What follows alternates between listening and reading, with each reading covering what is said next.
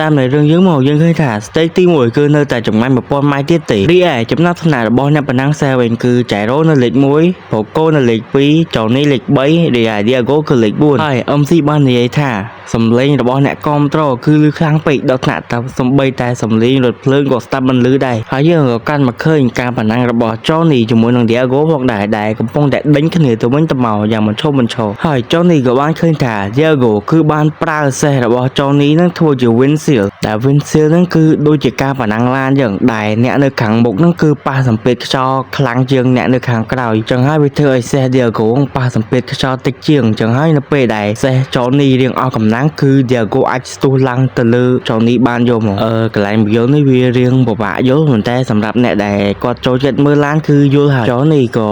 និយាយថាខ្លួនគឺនឹងមិនឲ្យរឿងនេះកើតឡើងបានទេព្រោះថាខ្លួនត្រូវតែយកឈ្នះចៃរ៉ូឲ្យបានព្រោះថាមកដល់ចម្ងាយនេះហើយសេះរបស់ចៃរ៉ូគឺអាចនឹងចុះខ្សោយហើយក៏បាននិយាយថាអ្នកឈ្នះគឺត្រូវតែខ្ញុំចូនីចូលស្តាឬក៏ផាយដីទៅខាងក្រោយដែលខ្ទាតថ្មចំលើមុខរបស់ឌីយ៉ាហ្គោផងដែរឌីយ៉ាហ្គោបានញាប់ផ្អើលព្រោះថាសំបីតែពេលកំពុងតែទាត់ថ្មមកក៏ចូនីកំពុងមកតាមលបឿនដែរហើយថែមទាំងបានកិច្ចផុតពី windshield attack របស់គាត់ទៀតហើយឌីយ៉ាហ្គោក៏មើលដឹងថាម្នាក់នេះគឺជាអ្នកប្រណាំងសេះជើងឯកហើយមើលទៅហើយយើងក៏បានឃើញថាអ្នកជិះសេះដទៃទៀតក៏បានដួលសេះផងដែរព្រោះថាជិះបានចម្ងាយឆ្ងាយពេកធ្វើឲ្យសេះនឹងវាហត់ហើយសំបីតែសេះរបស់ចៃរ៉ូនិងផូកូក៏មើលទៅអស់កម្លាំងផងដែរអឹមស៊ីបានប្រកាសថាដោយសារតែការរត់14000ម៉ែត្រដោយមិនឈប់ក៏ធ្វើឲ្យសេះដទៃទៀតក៏ដួលផងដែរមានតែសេះមួយចំនួនទេដែលនៅតែបន្តទៅមុខទៀតដោយអ្នកដែលនៅអាចទៅមុខបានទៀតគឺនៅតែបន្តទៅមុខហើយឌីយ៉ាហ្គោក៏បានគិតថាបើសិនជាខ្លួនប្រើតិចនិចរបស់ខ្លួនលើចូនីក៏វាគ្មានបានប្រយោជន៍ដែរ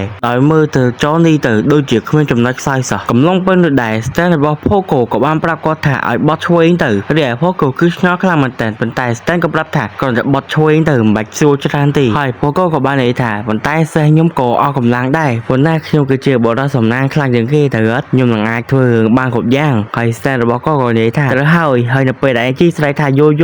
ទៅហើយផូកូក៏ស្រែកថាយោតាមដែររីឯចៃរ៉ូឮថាផូកូកំពុងតែស្រែកសប្បាយចិត្តចឹងក៏គាត់មានអារម្មណ៍ថាផូកូគឺបានរៀបគម្រោងអីទៀតហើយដើម្បីយកឈ្នះគាត់ដោយភ្លាមនោះសែនមែនស្រាប់តែហក់ចេញមកគឺនៅពីមុខគេឯងតែម្ដងដែលឥឡូវនេះសែនមែនគឺជាអ្នកលេខ1ចឹងហើយចៃរ៉ូលេខ2ផូកូលេខ3ចុនេះលេខ4រីឯឌីយ៉ាហ្គោគឺលេខ5ហើយក៏មានជួសេះអ្នកខាងក្រោយមួយចំនួនទៀតដែលមានច្រើនអ្នកខ្លាំងមែនតែតាមពួកគេពីក្រោយមើលជុតនេះដូចការសែនមែនគេដេញໄວការពាក្យមួយមែនហើយអ្នកជិះសេះទាំង4អ្នកដែលមានផូកូឌីយ៉ាហ្គោចៃរ៉ូចូនីក៏បានតម្រង់ជ្រាបជួរគ្នានឹងប្រណាំងទៅខាងមុខរីឯអ្នកដែលនាំមុខគេនឹងគឺសែនមែនហើយខ្លួនក៏និយាយក្នុងចិត្តថាខ្ញុំគឺគ្មានកន្លែងដែលត្រូវទៅទេប៉ុន្តែបងស្រី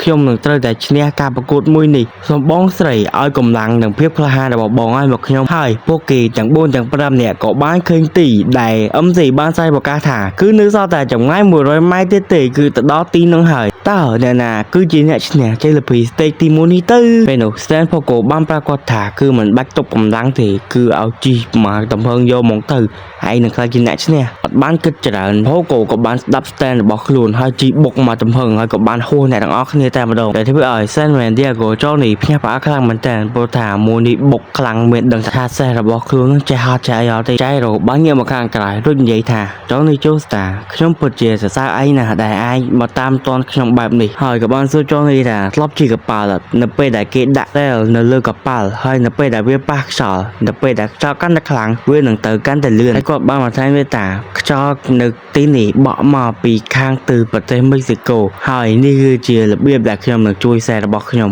ហើយមានតែមនុស្សម្នាក់ទេដែលញញឹមនោះគឺចៃរ៉ូព្រោះថាគាត់បានទីស្ទៀលបរបស់គាត់មកហើយចោនេះគឺដឹងថាអាប៉ែចង់លេងក្បាច់អីទៀតហើយគាត់បានប្រើស្ទៀលបដាក់នៅលើខេបខាងក្រៅខ្នងរបស់គាត់ធ្វើឲ្យគាត់ស្ទុះទៅខាងមុខយ៉ាងលឿនដែលចម្ងាយចៃរ៉ូជាទៅដល់គឺទៅមានតែ30ម៉ែត្រទៀតទេហើយចោនេះសឹងតែមិនជឿព្រោះថាស្ទៀលបហ្នឹងគឺអាចដាក់លើខេបហើយធ្វើដូចជាសេះរបស់សំពៅឬក៏កប៉ាល់ចឹងហើយជាមួយនឹងកម្លាំងខ្យល់ពីប្រទេសមិចស៊ីកូទៀតនោះគឺវាធ្វើឲ្យការលឿនរបស់ចៃរ៉ូគឺលឿនខ្លាំងមែនទែនហើយចៃរ៉ូជេបូលីក៏បានដល់ទីលេខស្តេកទី1អឹមស៊ីបានប្រកាសថាចៃរ៉ូជេបូលីគឺជាអ្នកលេខ1ហើយជិះក្នុងរយៈពេល18នាទីនិង7វិនាទីហើយនេះគឺជាការកើតនៃអ្នកប្រណាំងលេខ1នៅក្នុងការប្រកួត Steel Ball Run